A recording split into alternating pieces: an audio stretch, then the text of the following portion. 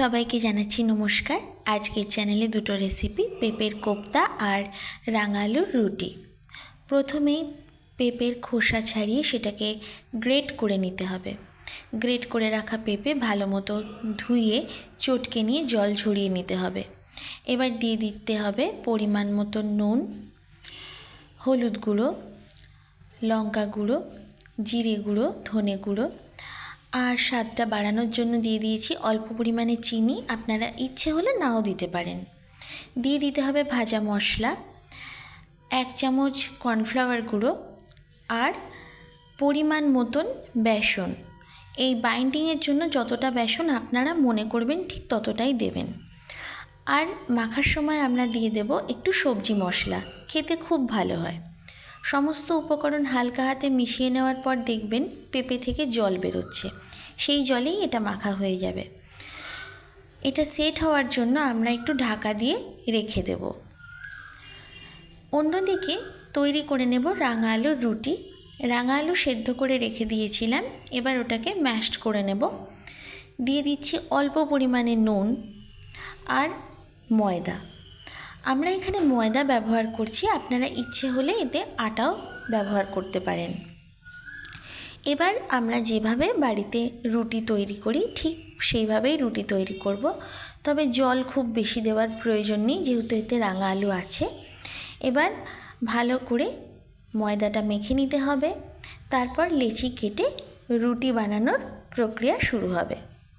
রুটি যেভাবে আমরা বাড়িতে বানাই আপনারা ভিডিওতে দেখতেই পাচ্ছেন, সেভাবেই আমরা রুটি বানাচ্ছি। রাঙা আলুর অনেক উপকারিতা আছে, স্বাস্থ্যের পক্ষে ভীষণ ভালো, তাই এরকমভাবে মাঝে মধ্যে আপনারা রুটি বানিয়ে দেখবেন, খেতে খুব ভালো হয়। আর আপনারা বাড়িতে যদি বানান, আপনাদের ভালো লাগে যদি, তাহলে অবশ্যই ভিডিওতে কমেন্টের মাধ্যমে জানাবেন। তৈরি হয়ে যাচ্ছে নরম ফুলকো রাঙা আলুর রুটি। এই রুটি বানিয়ে এবার আমরা পেঁপের কোপ্তাকারি করব। যে কোপ্তার জন্য যে মিশ্রণটা আমরা মেখে রেখেছিলাম সেটাকে এবার ঢাকা সরিয়ে আরেকবার মেখে নেব। তারপর রিফাইন্ড অয়েল গরম করে কোপ্তাগুলো ভেজে নেব। ভাজার সময় আমরা ফ্লেমটাকে হাই রেখেছিলাম, তারপর ফ্লেমটাকে লো করে দেব যাতে ভাজা ভেতর থেকে হয়, বাইরে থেকে পুড়ে না যায়। পেঁপের কোপ্তাগুলো ভীষণ ক্রিস্পি ভাজা হয়েছে আর খেতেও খুব ভালো হয়। ভাজাগুলো হয়ে গেলে আমরা ওই রিফাইন্ড অয়েলে কারিটাও বানিয়ে নিচ্ছি। আপনারা ইচ্ছে হলে কারি বানানোর জন্য সর্ষের তেল ব্যবহার করতে পারেন, কিন্তু ভাজার পর এই তেলটা ছিল, এতেই আমরা কারিটা বানিয়ে নিচ্ছি। ফোড়নে দিয়ে দিতে হবে তেজপাতা, গোটা গরম মশলা আর জিরে। ফোড়ন রেডি হয়ে গেলে একটা মিশ্রণ দেব, ম্যাশড পটেটো, গ্রেট করে রাখা টমেটো, আর দিয়ে দেব স্বাদ মতো নুন, লঙ্কা গুঁড়ো, হলুদ গুঁড়ো, জিরে গুঁড়ো, ধনে গুঁড়ো আর গরম মশলা।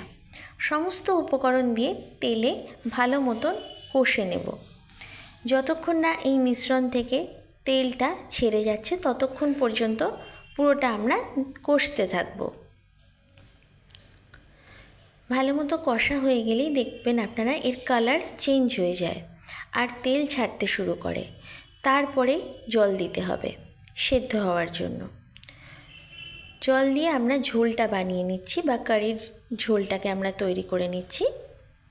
এবার ভালো মতন ফুটে গেলে এতে দিয়ে দেব পেঁপের কোপ্তাগুলো। ভীষণ টেস্টি হয়, আপনারা অবশ্যই বাড়িতে ট্রাই করবেন। দিয়ে দিচ্ছি ঘি। দেখুন খুব ঘন একটা পেঁপের কোপ্তা রেডি হয়ে গেল। তাহলে আজকের ভিডিওতে আপনাদের দুটো রেসিপি আমরা করে দেখালাম।